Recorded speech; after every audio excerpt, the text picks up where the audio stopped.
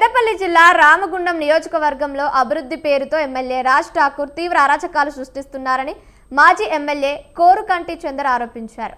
అక్రమ కట్టడాల తొలగింపు నెపంతో తన అనుచరులకు అద్దెల రూపంలో ఆదాయం వచ్చేలా షాపింగ్ కాంప్లెక్స్లు నిర్మిస్తున్నారని ఆయన విమర్శించారు.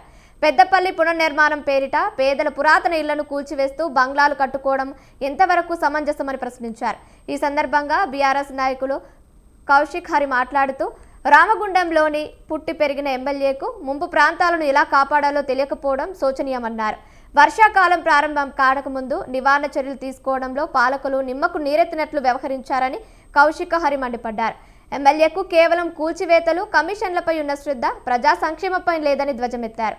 షాపింగ్ కాంప్లెక్స్ల పేరిట జరుగుతున్న అక్రమ వసూళ్లను తక్షణమే నిలిపివేయాలని ఆయన డిమాండ్ చేశారు.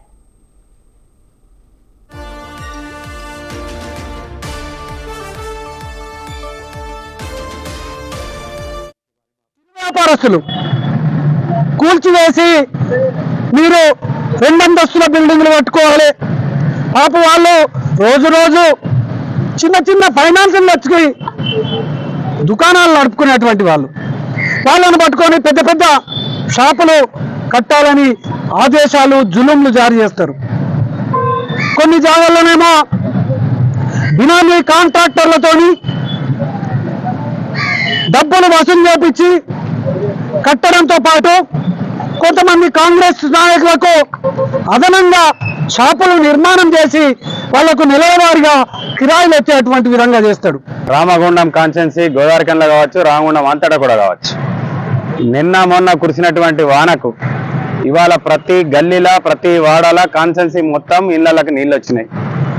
ఇవాళ 3 నెలలు అయితే 3 ఏళ్ళ ప్రభుత్వం అవుతుంది. ఇక్కడ గొప్పగా చెప్పుకున్నారు ప్రజాపాలన అని చెప్పి. అదేవిధంగా అభివృద్ధి చేస్తున్నాం మాట అయిపోతే అభివృద్ధి చేస్తున్నాం అనే మాట చెప్తా ఉన్నారు. మరి 3 ఏళ్ళకెళ్ళి ప్రీ మాన్సూన్ చర్యలు ఏం తీసుకోవాలి, ఎక్కడ నీళ్ళు వస్తున్నాయని మక్కాన్ సింగ్ అన్నట్టు రామగుండంలోనే ఉట్టిండు. మరి ఈరోజు ఈ కూలగొట్టుడు, ఈ కాలగొట్టుడు ఇవన్నిటిని చూస్తే ఒక్కొక్కరు ఎంత భయభ్రాంతులకు గురై బతుకుతారు అనేది ఇవాళ సభ్య సమాజం అంతా చూస్తున్నారు.